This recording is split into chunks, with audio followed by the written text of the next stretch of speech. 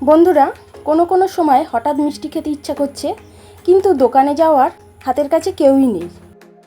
তো বাড়িতেই তখন যা কিছু থাকবে তাই দিয়েই এই সুন্দর মিষ্টিটা তৈরি করে নিন। দেখুন ভিতরটা কতটা সুন্দর, একদম রসালো। তো চলুন আজকের এই রেসিপিটায় কী কী লাগছে দেখে নিই। তো এখানে আমি হাফ বাটি দুধ নিয়েছি, হাফ বাটি চিনি, 1 বাটি নারকেল কোড়া, হাফ বাটি সুজি আর চেরি ফল নিয়েছি গার্নিশের জন্য। তো এখানে কিছুটা পিনাট বাদাম নিয়েছি আর কাজু বাদাম নিয়েছি। তো প্রথমে পিনাট বাদামগুলোকে আমি এইভাবে একটু গুঁড়িয়ে নিচ্ছি, একদম মিহি করব না, এইভাবে অল্প করে গুঁড়িয়ে নেব। দেখুন মিক্সিতে দিলে কিন্তু একেবারে গুঁড়ো হয়ে যাবে, তাই আমি চাকি বেলেমের সাহায্যেই এইভাবে গুঁড়িয়ে নিলাম।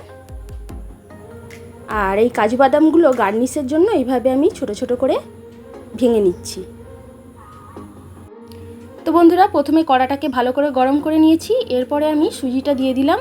এখানে কিন্তু কোনো রকম তেল বা ঘিয়ের ব্যবহার করলাম না, এরকম শুকনো খোলাতেই আর কি ভেজে নিচ্ছি সুজিটা একটু। দেখুন এই রকম ভেজে নিয়েছি, খুব একটা বেশি ভাজার প্রয়োজন নেই, এরকম ভাজা হলেই ব্যাস, এটা নাবিয়ে নিচ্ছি। এরপর আমি একেবারে 2 চামচের মতন জল দিয়ে দিলাম। এবার চিনিটা দিয়ে দিচ্ছি।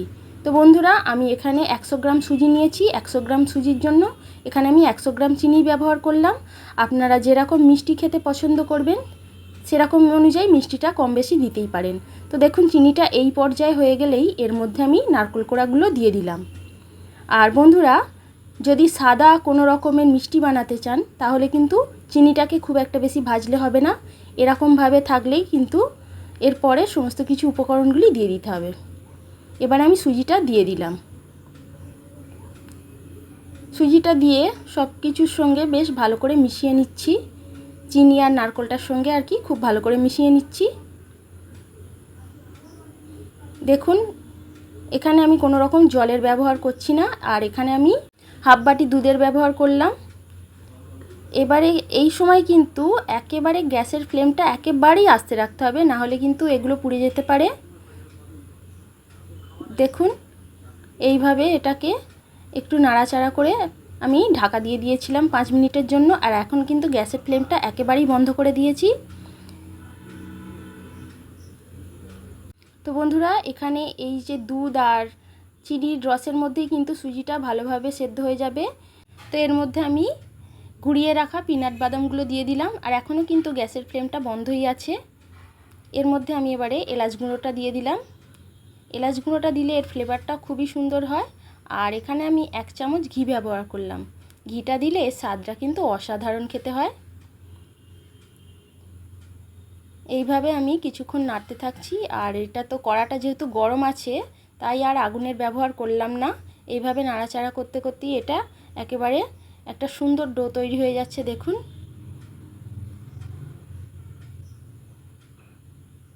এখানে কিন্তু এর পরে আগুন জ্বাললে কিন্তু এটা পুড়ে যেতে পারে।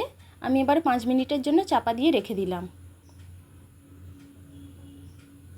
খুব সুন্দরভাবে ডোটা তৈরি হয়ে গেছে। এবার আমি এটা নাবিয়ে নিচ্ছি।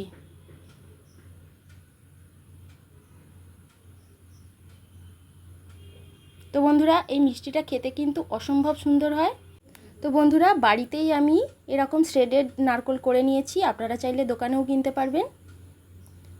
তো এই ডোটার মধ্যে আমি এবারে 2 চামচ আমুল দুধ দিয়ে দিচ্ছি। আর এই আমুল দুধটা দিলে সত্যি কথা অসাধারণ খেতে হয়। যে কোনো মিষ্টিতেই আপনারা গুঁড়ো দুধ ব্যবহার করতে পারেন, দারুণ খেতে হয়। এবার একটু ভালো করে মেখে নেব। মেখে নেওয়ার জন্য আমি হাতে একটু ঘি লাগিয়ে নিয়েছি, এখনও কিন্তু গরম আছে হালকা হালকা। তো এই পর্যায়ে আমি সব কিছু বেশ ভালো করে মাখিয়ে নিচ্ছি। এবারে আমি এরকম নাড়ু তৈরি করে নেব।